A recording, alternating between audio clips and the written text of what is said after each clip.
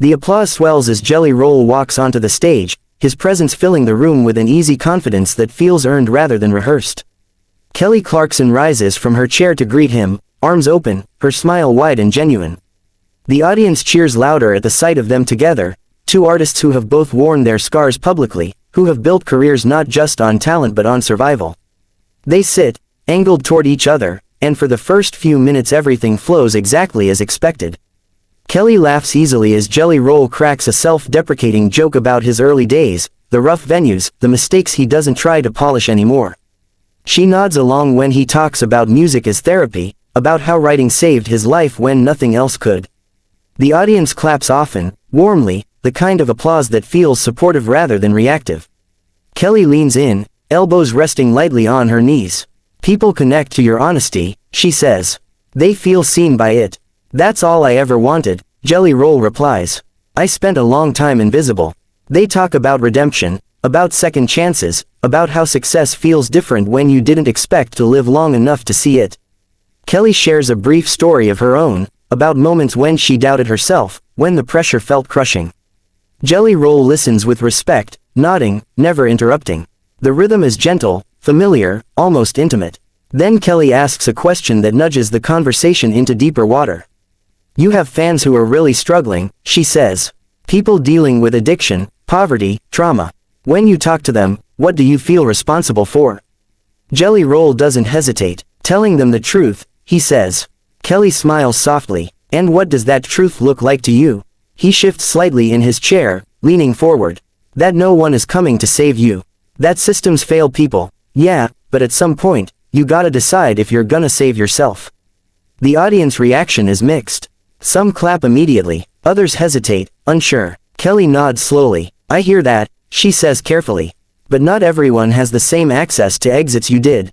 Jelly Roll's expression doesn't harden, but it sharpens. "And not everyone who had less than me is still stuck," he replies. At some point, personal responsibility matters. The air changes. It's subtle, but Kelly feels it. She straightens a little. "I don't think anyone's arguing against responsibility," she says. "But there are real barriers that make, just decide, sound oversimplified." Jelly Roll exhales through his nose. "I think we underestimate people when we act like they're powerless." A murmur moves through the audience. Kelly's smile fades into something more neutral, more focused. "There's a difference between empowering people," she says, and implying that if they're still struggling, it's because they didn't try hard enough. "That's not what I'm saying," Jelly Roll replies, though his voice carries more edge now. "I'm saying pain isn't permission to stop trying." Kelly blinks once. "No one said it was. But that's how it gets heard," Jelly Roll says. "I've been in rooms where people use compassion as a reason to stay stuck." The word stuck hangs there, heavier than he may have intended. A few gasps ripple through the crowd. Kelly takes a breath, measured. "Be careful," she says quietly. "Because people watching this right now are doing everything they can just to survive." "And I respect that," Jelly Roll replies. But respect doesn't mean lying to them. The silence that follows is immediate and thick. Kelly feels it land in her chest before she hears the audience react. She shifts in her seat, choosing her words with care. "So honesty," she says slowly, "means telling people their circumstances are their fault." Jelly Roll shakes his head. "It means telling them they still have agency, even when it's unfair." Kelly's jaw tightens slightly. Agency without compassion turns into judgment. And compassion without honesty turns into enabling, Jelly Roll shoots back. The audience reacts audibly now, gasps, scattered applause, a low hum of tension.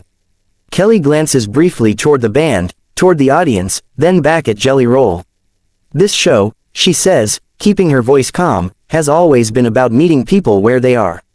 And I'm saying sometimes where they are isn't safe," Jelly Roll replies. "And pretending it is doesn't help." Kelly leans back, crossing her legs, her hands clasped tightly in her lap. "No one is pretending suffering is safe. But we're pretending systems will fix it," Jelly Roll says. "And they won't. People have to fight too." Kelly's eyes flash. "You think people aren't fighting?" "I think some people are tired of fighting," he says. "And I get that, but tired doesn't mean done." The room feels divided now. Kelly can sense it, the split energy, the uncertainty. She's hosted enough conversations to know when something is slipping beyond productive disagreement. "Jelly," she says, her tone firmer, "words matter.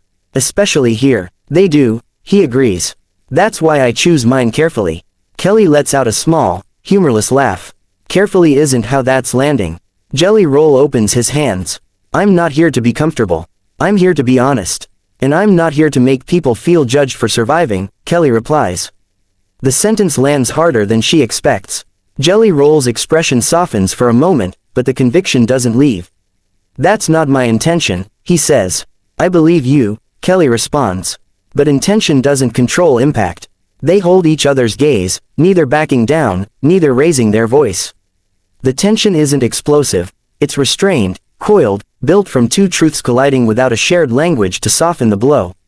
Kelly glances toward the clock, toward the producers, sensing the segment nearing its end. I think we're going to have to leave it there, she says, professionalism taking over. The applause that follows is uneven, uncertain. Jelly Roll nods, thanks her, but there's an awkwardness now, something unresolved hanging between them. The music fades, the lights soften, and the applause that usually signals a smooth transition back from commercial sounds thinner than normal. Kelly Clarkson is still standing when the cameras come back up. She hasn't moved to her chair. She hasn't smiled. Her hands are clasped loosely in front of her, knuckles pale, shoulders squared in a way that suggests resolve rather than tension. The audience senses it immediately. Something is wrong. Jelly Roll is still seated, his posture different now, less relaxed, more guarded. He glances at Kelly, then toward the audience, then back again, as if searching for the right expression to wear in a moment that has suddenly escaped all rehearsed expectations. Kelly takes a breath. It's audible in the microphone, a quiet inhale that carries more weight than any dramatic pause. I want to talk directly to the audience for a moment, she says. The room goes silent. Even the band stays perfectly still. This show, Kelly continues, her voice steady but unmistakably emotional, has always been a place where people come to feel understood. Not fixed, not judged, just understood. She swallows, eyes shining but focused. We've had hard conversations here before. Disagreements, passionate ones, and that's okay. That's healthy. She turns slightly toward Jelly Roll, not confrontational, but honest. But today crossed a line for me. A murmur ripples through the crowd. Jelly Roll shifts in his chair. Kelly, she lifts her hand gently, stopping him without hostility. I know you weren't trying to hurt anyone. Her voice softens briefly. I truly believe that. Then it firms again. But impact matters more than intention when you're speaking to millions of people who are already carrying shame, fear, and exhaustion. The audience is utterly quiet now. No phones, no whispers, just attention. I've spent years, Kelly says, trying to build something here that tells people, you're not weak because you're struggling. You're not broken because you're tired. And you don't have to earn compassion by proving how hard you're fighting. She exhales slowly. And I can't sit in this chair and nod along with anything that risks undoing that. Jelly Roll stands slowly, clearly shaken. That wasn't what I meant, he says. I was trying to tell people they still have power. I know, Kelly replies, turning to face him fully now. And power is important, but so is safety, so is care, so is understanding that some people here, be stronger, as, you failed. She pauses, emotion flickering across her face. And I won't be part of that. The weight of the moment settles heavily over the studio. Producers can be seen moving just beyond the cameras, whispering urgently, but no one interrupts. No one dares. Kelly looks back to the camera. I need to be honest about something else. The audience holds its breath. I'm not in a place where I can keep doing this, she says. Not today. Maybe not for a while. Gasps erupt across the room. Jelly Roll's eyes widen. Kelly, please, this doesn't have to. She shakes her head. Not angrily, but with finality. This isn't about one conversation. It's about listening to yourself when something feels fundamentally wrong. She places a hand lightly on her chest. And right now, this doesn't feel right. One of the producers whispers something urgently from offstage, but Kelly doesn't look away from the camera. I've always told people to protect their mental health, she says. To step away when something costs too much of them. Her voice cracks just slightly. I have to take my own advice. The audience rises almost as one, applause breaking out, not celebratory, but heavy, emotional, full of confusion and respect all at once. Some people wipe their eyes. Others simply stare, stunned. Jelly Roll steps forward, stopping a few feet away from her. I'm sorry, he says quietly. I never wanted to be the reason you felt like this. Kelly meets his gaze. I don't think you are the reason, she says gently. You were just the